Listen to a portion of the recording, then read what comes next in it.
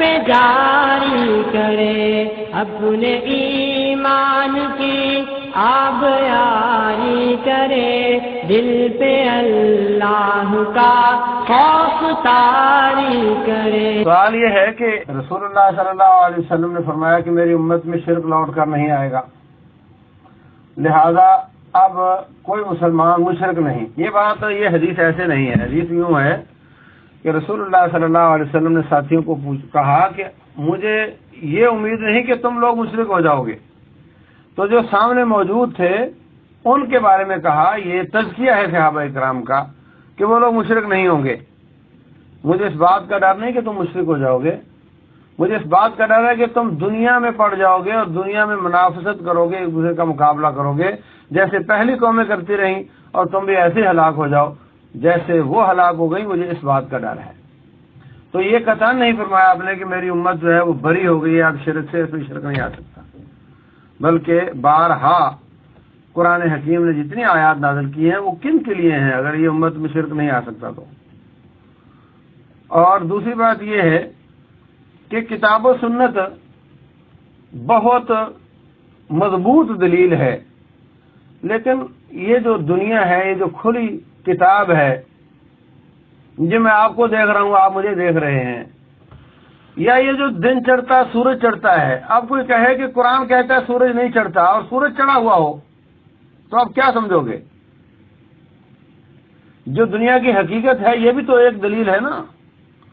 اب جب ہم اپنی آنکھوں سے دیکھتے ہیں کہ اس امت کے لوگ کلمہ پڑھنے کے باوجود قبر کو سجدہ کرتے ہیں، زندوں کو کرتے ہیں، مرنے والوں کو سجدہ کرتے ہیں اور ان سے منتیں مانتے ہیں، کوئی داتا دینے والا، رزق دینے والا، کوئی بارش دینے والا، کوئی شکر دینے والا نعوذ باللہ، کوئی بچے دینے والا نعوذ باللہ، اور ان سے وہ جا کر مانگتے ہیں۔ ہماری آنکھیں دیکھ رہی ہیں کہ ایک انسان اسلام کا دعوے دار آنکھوں کے سامنے شرک کرتا ہے، وہ تو ہم کہیں جی امت میں شرک نہیں آ سکتا، یہ کیا بات؟ یہ آنکھ اور یہ مشاہدہ اور یہ جو بالفعل ہو رہا ہے یہ بھی تو ایک دلیل ہے نا۔ تو اگر یہ سارا شرک نہیں تو پھر شرک ہے کیا؟ تو ایسی بالکل بات نہیں ہے۔ رسول اللہ صلی اللہ علیہ وسلم نے فرمایا تھا میری امت میں کذاب آئیں گے، دجال آئیں گے، جھوٹے ہوں گے، مشرک ہوں گے اور نبوت کا دعویٰ کریں گے، اور مرتد ہوں گے۔ مرتد کی سزا بیان کی ہے، تو وہ شرک کرے گا، کفر کرے گا تو مرتد ہو جائے گا۔ امت میں شرک کیوں نہیں آ سکتا؟ کہا اس وقت تک قیامت نہیں آئے گی جب تک میری امت کے کچھ لوگ مشرکوں کے ساتھ نہ مل جائیں اور دوس قبیلے کی عورتیں وہاں ایک بت تھا وہاں رقص نہ کرنے لگ جائیں۔ تو یہ متعدد احادیث ہیں، یہ خام خواہ کا شبہہ ہے کہ اس امت میں شرک نہیں آ سکتا۔ عہد نبوت میں جتنی بھی دنیا موجود تھی وہ ساری میرے نبی کی امت ہے۔ جو لوگ مسلمان ہوئے وہ امت اجابہ ہیں اور جو مسلمان نہیں ہوئے وہ امت دعویٰ ہیں۔ تو جتنے لوگ مسلمان ہوئے وہ بہت تھوڑے تھے، اور جتنی کمیونٹی بڑی بڑی روم کی، ایران کی اس وقت مسلمان نہیں ہوئی، وہ سارے میرے نبی کے امتی ہیں، امت دعوت، اور سارے مشرک تھے وہ۔ تو کیسے کہا جا سکتا ہے کہ میری امت میں شرک نہیں آ سکتا؟ آج بھی یہی کیفیت ہے، مسلمانوں کی اکثریت بھی شرک میں مبتلا ہے اور کافر بھی شرک میں مبتلا ہے۔ تو یہ خام خواہ کا شبہہ ہے کہ اس امت میں شرک نہیں آ سکتا، آ سکتا بھی ہے، آیا ہوا بھی ہے۔ قرآن حکیم میں اللہ فرماتے ہیں وَمَا يُؤْمِنُ أَكْثَرُهُمْ بِاللَّهِ إِلَّا وَهُمْ مُشْرِكُونَ، اکثریت اللہ پر ایمان لانے کے ساتھ ساتھ شرک کرتی ہے۔ یہ قرآن کی آیت ہے۔ پھر کہو گے کہ امت میں شرک نہیں آ سکتا، اور آپ نے فرمایا بھی نہیں ہے۔